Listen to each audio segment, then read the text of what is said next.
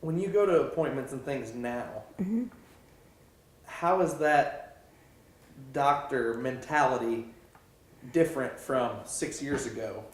You know, when they're saying, you know, it doesn't look good. And are they amazed? I mean, are they, I mean, because they see this all the time. Yes, and they don't see people like Drew all the time. I think that what they see different is we have an amazing whole community. We have incredible friends, like you'll meet the Wildmans. Mark and I are so strong with Drew. Our entire extended family. Drew has a sister that has been so close to him, a brother-in-law that loves him, and we have grandchildren now that bring joy into our lives. And this closeness has built him up to be a very strong person as well. He has that, as well as friends who come around. Those are the type of things that he has that have encouraged his growth as well. How scary were those first 5 months in particular? They were scary, but yet I had an incredible peace about it because we just were able to say it is out of our hands completely, because it was completely out of our hands. I had so many hopes and dreams that I had to just let go of, because for one, they were Drew's hopes and dreams, and I wished for them for him, but yet I could see that he now had new opportunities in ways that were so much more vast than anything we imagined. And that was exciting. So, you know, things are different now, but you guys' outlook through this is incredible. How do you keep that mindset? Well, I know that, first of all, if we weren't Christian, we wouldn't have been able to ever get through the first night, because we would not have believed that there could be a purpose to something so devastating. Because if you weren't, how could tragedy become triumphant? That has brought us through everything. But still, I know that Christians can get down and they can still just fall to pieces. But over and over, I know there's purpose.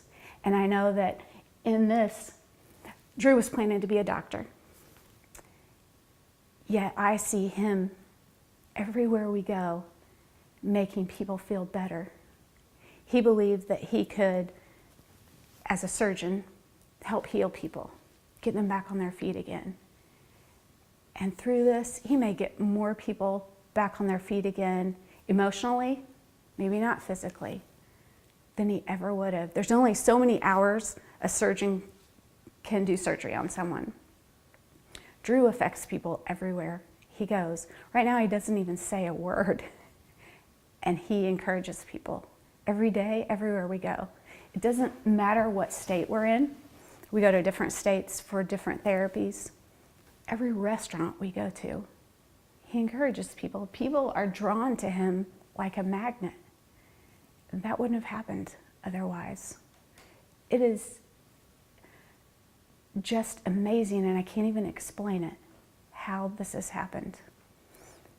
So it's almost like his heart shows through without even talking. It does. More than anything, we want him to communicate. He does communicate.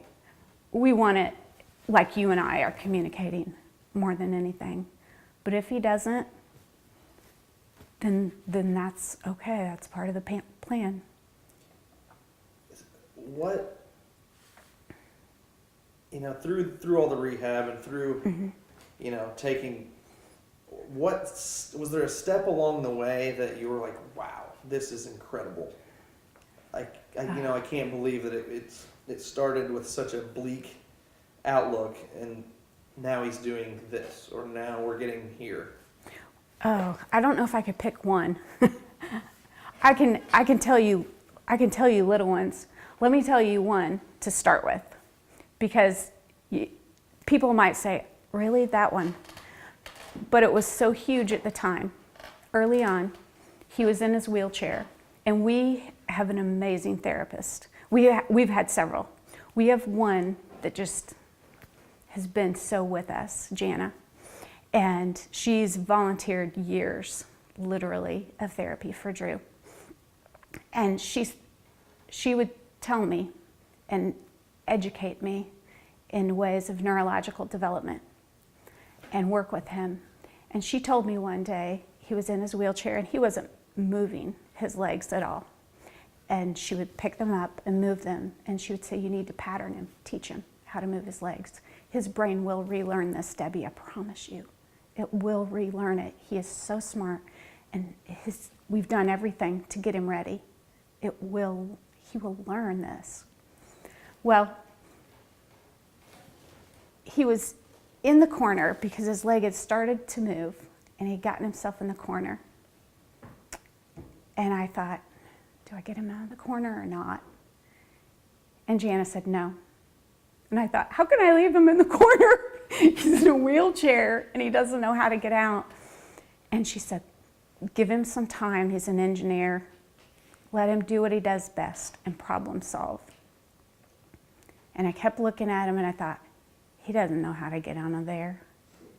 And it wasn't very long, and he moved the other leg and he spun out, and I saw this look on his face that just, this smile broke across, and I thought, if I got him out of the corner, I'd have taken that away. All right, he's figuring things out. And it was just one of those times that I thought, what else? What else is he gonna figure out? And it was the beginning of his problem-solving skills, and it was physical that he started figuring out other things. New pieces of the puzzle started. So. And you're still seeing that now. Oh yeah, yeah. It's exciting. It's exciting.